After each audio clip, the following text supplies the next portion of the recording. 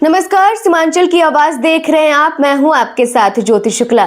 कटिहार के आजमनगर का रोहिया घाट, जहां कानून किनारे बैठा है और अवैध नावें लहरों पर फराटा भर रही हैं। सरकारी डाक खत्म हुए महीनों बीत गए, लेकिन नावों का खेल बदस्तूर जारी है। सवाल यह है कि आखिर प्रशासन की नींद कब खुलेगी?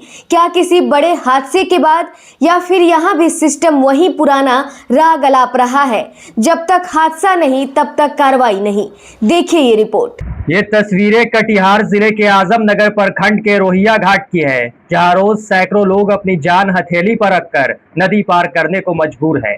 5 पंचायतों की बड़ी आबादी के लिए यह घाट लाइफलाइन है, लेकिन हैरानी देखिए, वित्तीय वर्ष 2026-27 शुरू हुए महीनों गुजर गए, मगर अब तक घाट का सरकारी डाक नहीं हुआ। और इसी प्रशासनिक सुस्ती की आड़ में अवैध नावों का कारोबार खुलेआम चल रहा है। कागजों में नियम होंगे, फाइलों में आदेश होंगे, बैठकों में योजनाएं भी बनती होंगी, लेकिन रोहिया घाट पर तो लगता है कानून खुद नाव पकड़कर कहीं और निकल गया है। यहाँ न सुरक्षा का इंतजाम है, न क्षमता की जांच, न लाइफ जैकेट का आता पता, बस नाव चल रही है और सिस्टम सब चंगासी का पोस्टर लगाए बैठा है। आजमनगर रोहिया घाट माननीय बिहार सरकार द्वारा पंचायत में राजस्व वृद्धि के लिए पंचायत को दी गई थी।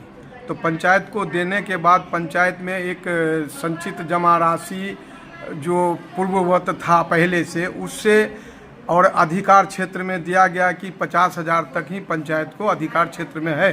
तो इस बार का जो डाक हुआ था वित्तीय वर्ष 25-26 में ये संचित जमा राशि के अनुरूप डाक बढ़कर 1,05,000 हो गया। तो 1,05,000 जब डाक हुई तो ये पंचायत के अधिकार क्षेत्र से बाहर है, जिसके अग्रतर मार्गदर्शन के लिए हमने एक श्रीमान प्रखंड विकास पदाधिकारी को एक पत्र दिया है कि ये जो है पत्र के अनुरूप कि पंचायत का अधिकार क्षेत्र से बाहर होने के कारण अब हम पुनः उस पंचायत का घाट का डाक कर सकते हैं या नहीं।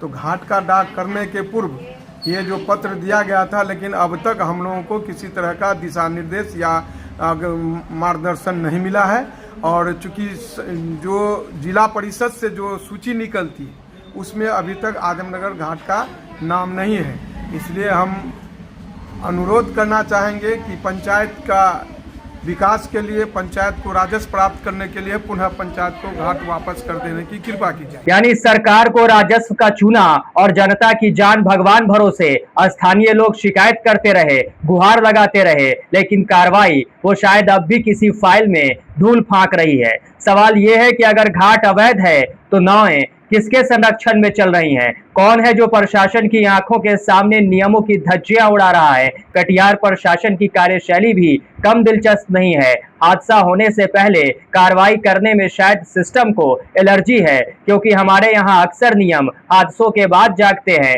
और अफसर तब कहते हैं दोषियों को बख्शा नहीं जाएगा। लेकिन सवाल ये है, जब सबको पता है नावें अवैध हैं, तो फिर अब तक छापेमारी क्यों नहीं हुई?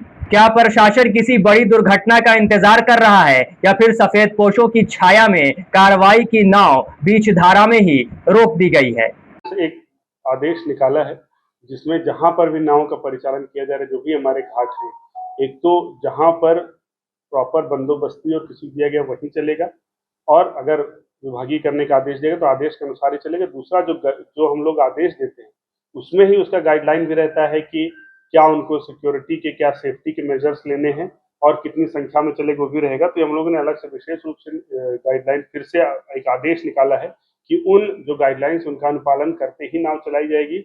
और उसके साथ ही हम लोग यहाँ जिला स्तर से भी एक टीम भी गठित कर रहे हैं, जो अलग अलग जगहों पर जाकर के औचक रूप से निरीक्षण करेगी कि जो नावों का परिचालन हो रहा है वो नियमानुसार हो रहा है कि नहीं, लोगों की सुरक्षा जो है वो अटमोस्ट प्रायोरिटी है, और उनके साथ खिलवाड़ करते हुए किसी भी तरह की परिचालन नहीं किया जाए। हम लोग विशेष रूप से छापामार दलों का भी गठन कर रहे हैं। डीएम ने आदेश दिए, टीमें भी बना दी गईं, लेकिन रोहिया घाट पर अवैध नावें अब भी सीना तान कर चल रही हैं। यानी सवाल अभी भी जिंदा है, क्या प्रशासनिक आदेश सिर्फ कैमरे तक सीमित है, या फिर कार्रवाई की नाव अभी भी किनारे लगने का इंतजार कर रही हैं? क्योंकि अगर सिस्टम यूं ही सोता रहा तो रोहिया घाट पर कभी भी बड़ा हादसा हो सकता है, और तब तक पुराना खेल शुरू होगा जांच के आदेश, मुआवजे की घोषणा और जिम्मेदारों की तलाश। लेकिन जनता पूछ रही है, आखिर हादसे से पहले कार्रवाई क्यों नहीं? रोहिया घाट पर अवैध नावों का ये खेल सिर्फ नियमों की अनदेखी नहीं, बल्कि प्रशासनिक लापरवाही की बहती हुई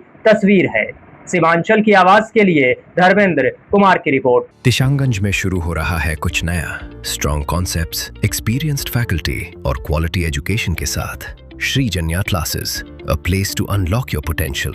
Admissions open. Batch starting from 10th May 2026. Call now.